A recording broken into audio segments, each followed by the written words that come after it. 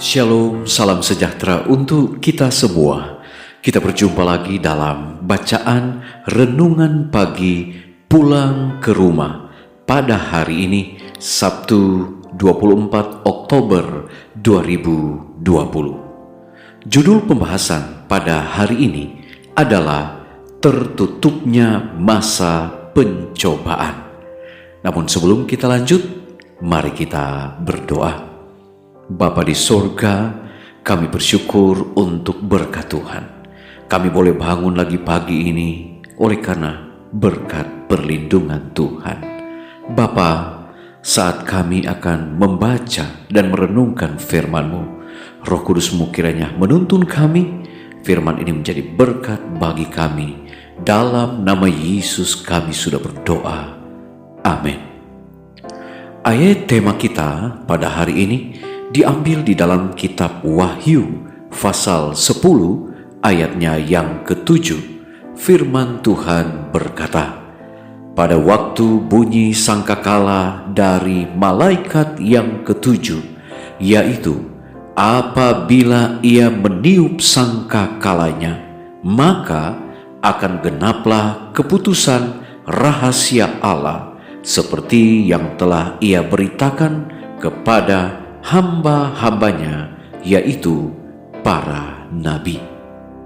Saudara-saudaraku yang kekasih, ada peperangan yang sungguh-sungguh yang harus dihadapi semua orang yang mau mengalahkan kecenderungan-kecenderungan jahat yang mau menguasainya.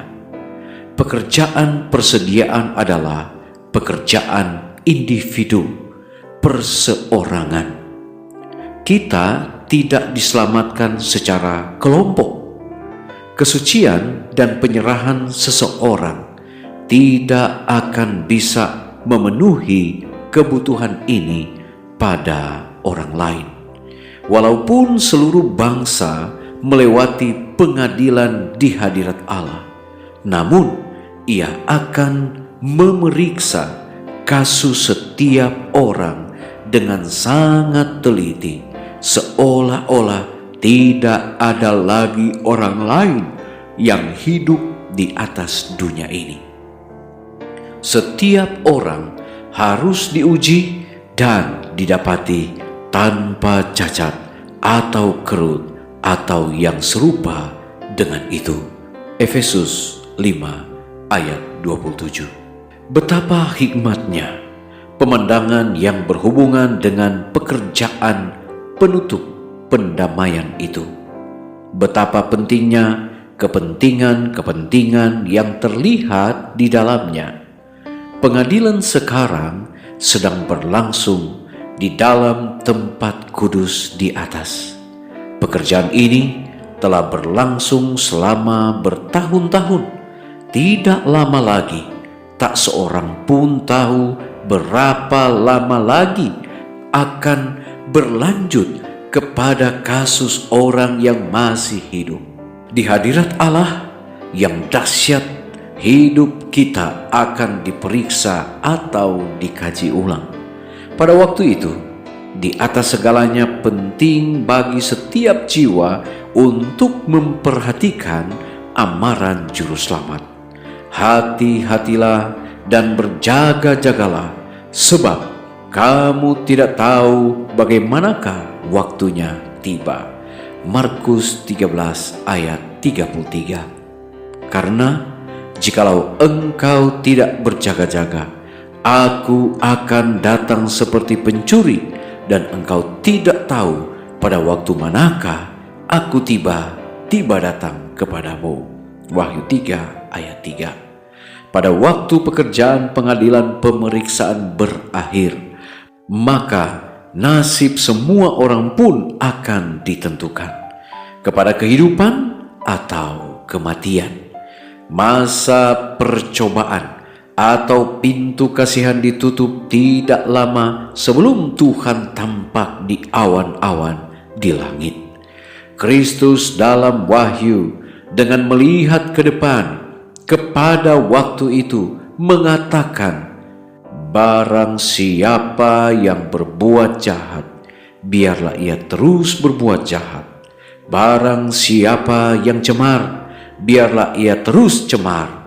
Dan barang siapa yang benar, biarlah ia terus berbuat kebenaran. Barang siapa yang kudus, biarlah ia terus menguduskan dirinya. Sesungguhnya aku datang segera, dan aku membawa upahku untuk membalaskan kepada setiap orang menurut perbuatannya. Wahyu 22 ayat 11 dan 12. Saudara-saudaraku yang kekasih, orang benar dan orang jahat masih akan hidup di dunia ini dalam keadaan mereka yang fana.